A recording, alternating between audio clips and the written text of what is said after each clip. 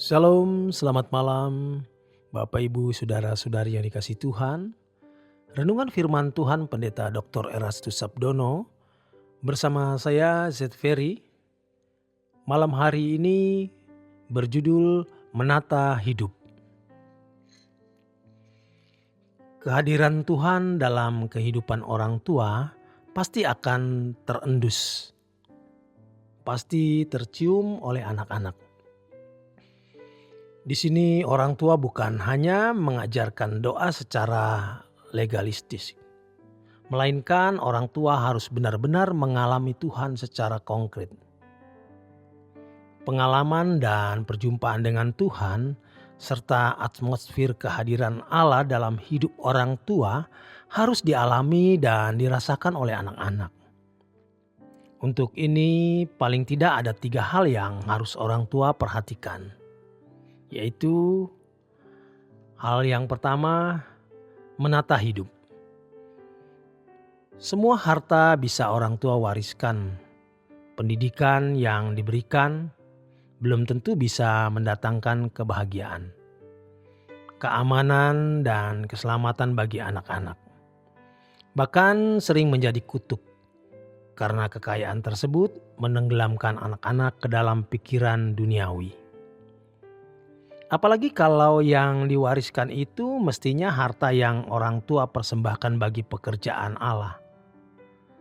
Satu hal yang harus kita ingat adalah bahwa anak akan memiliki rezekinya sendiri nanti. Tidak sedikit kita, para orang tua yang lahir dari keluarga miskin secara materi, namun keadaan tersebut justru membangun urat juang kita untuk menghadapi segala keadaan, dan buktinya kita bisa eksis hari ini. Orang tua harus memperhatikan anak secara serius dalam segala aspeknya, khususnya yang terkait dengan keselamatan jiwanya.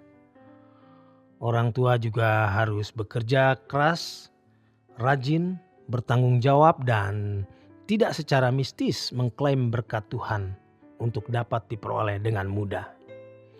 Yang mana hal ini merupakan pendidikan yang salah untuk anak-anak kita. Seakan-akan menjadi Kristen berarti mendapatkan kemudahan-kemudahan dalam menjalani hidup. Harus diajarkan kepada anak-anak bahwa mengikut Yesus adalah perjalanan yang sukar, tetapi suatu saat akan menuai kemuliaan yang tiada tara. Allah adalah pribadi yang tidak bertanggung jawab kalau hanya memberikan kemudahan-kemudahan hidup kepada anak-anaknya. Sehingga orang-orang Kristen tidak mempunyai daya juang yang proporsional.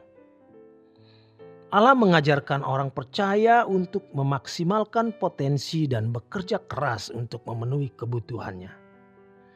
Kemudian mempersembahkannya untuk kepentingan kerajaan surga. Selanjutnya orang tua juga mengajar anak-anak untuk bekerja keras guna memenuhi kebutuhan mereka. Orang tua tidak boleh dengan mudah mewariskan kekayaan kepada anak-anak tanpa hikmat. Dengan kekayaan yang orang tua wariskan kepada anak-anak, sering malah membuat mereka bukan saja tidak memiliki daya juang, namun juga mereka akan cenderung menggampangkan masalah dan tidak bertanggung jawab. Orang tua seringkali gagal melihat keadaan anak-anaknya yang seperti itu. Hal ini disebabkan karena orang tua tidak berjalan dengan Tuhan, sehingga mereka tidak memiliki kecerdasan rohani untuk bisa melihat dan menilai anak-anaknya. Lukas 12 ayat 15 mengajarkan kepada kita bahwa hidup manusia tidak bergantung kepada kekayaan. Jadi kalau kita sebagai orang tua memiliki kekayaan yang berlimpah, jangan mengesankan kepada anak bahwa dengan uang itu kita dapat menjamin hidupnya mereka. Anak-anak harus melihat bagaimana orang tua bergantung kepada Tuhan. Mulai dari teladan orang tua yang rajin datang ke gereja, belajar firman, dan berdoa bersama.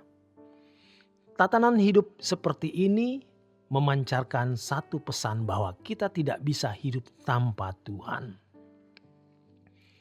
Sebaliknya, jika kita sebagai orang tua yang secara finansial tidak mampu, jangan menunjukkan kegentaran dan ketakutan kepada anak-anak. Tunjukkan kekokohan, kegigihan, ketabahan, dan tentu harus disampaikan kepada anak-anak bahwa keadaan yang sulit itu merupakan cara Allah mendewasakan kita.